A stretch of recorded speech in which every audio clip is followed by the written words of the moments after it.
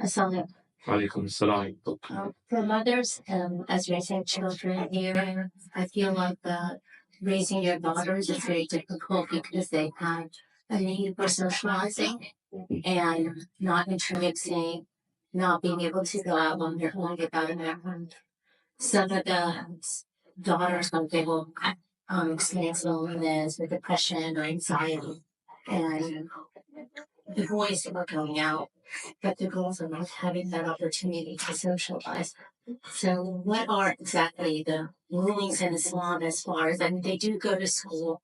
Well, we homeschool our kids, but then they do go to college, and of course, there's boys there. They don't interact with them per se, but they're in the presence of them. So, what about other activities? Because we're trying to keep them and raise them according to the laws of Allah, which is trying to not have them intermix and not have them walk out without a background. That's very limiting. And then even inviting other girls to our house, we have to make sure if they're conservative Muslims trying to follow the rulings and the brothers are not following, the fathers are not following. It becomes really difficult, especially with the flexible hours. And if you're the only one homeschooling the weekdays, so it's just frustrating. Like you want to not compromise with innocence, but at the same time, you want your daughters to socialize and such a pretty mental health. Do you have any advice? Just what are the rules exactly? Like, is it too strict to say they can't go out? Because some people are letting their daughters do everything and saying it's okay. And then you're trying to say, well, that doesn't want you to do the mix. So are you wrong? Or, that is the rule. What was the advice you give us to help our daughters to be mentally healthy and get good social activity without compromising what us teach? That is a very good question. And as a father of daughters myself who homeschool, I definitely feel your pain. I understand.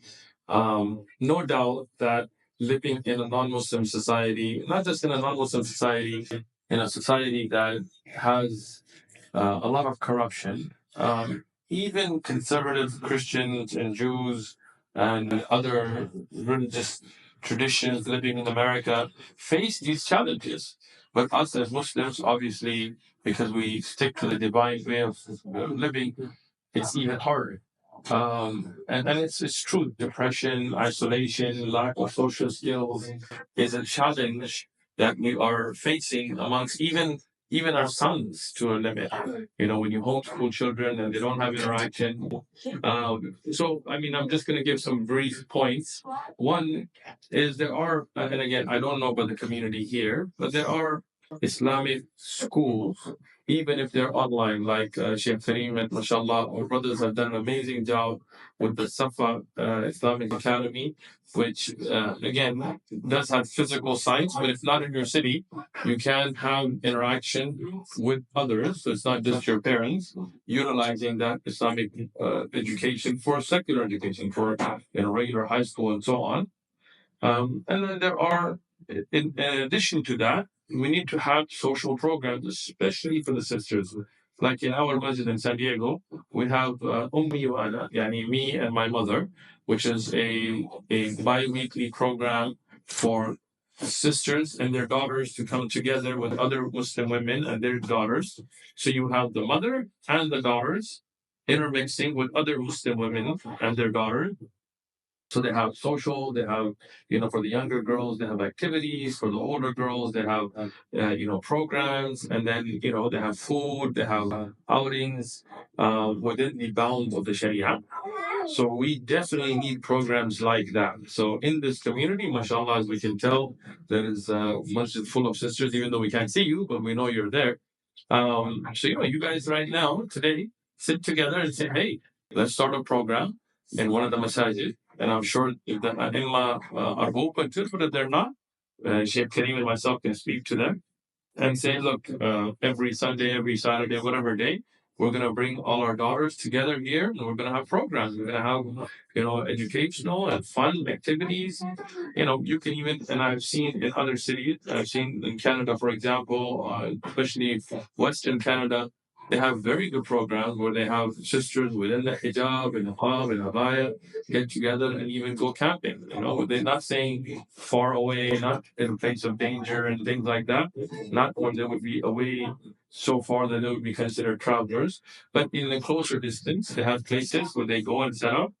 And far away from that, but still within close range, they have the brothers to make sure nothing, is unsafe. But within that, they have programs, they have any horse riding and things like that, away from non-mahrams. So you can definitely develop programs. You have to take that initiative, right? Have so I'm giving you short answers, but tiers the safa and schooling that gives some sort of activity. Then social programs in the masjid, the youth that you guys can develop yourself. Then, at minimum, have a lot of family programs. Set up your umrah trips. Get to those that are mahram around your family and have a lot of get-togethers. Have weekly dinners where you can have their cousins and things, other girls, and those like uncles and things that are mahram to have interaction. The last thing I'll say on that is you also have a lot of online communities today, not just like message boards and things, but taking lessons, taking Islamic courses where they can interact with other students of knowledge and they can develop bonds and so on as well. So utilizing all of those together. The most important of those is what I mentioned about developing sisters only programs in your masajid where you can have activities because face to face interaction and social skills are very necessary for our sisters and they're very important for not having depression and isolation issues, inshallah.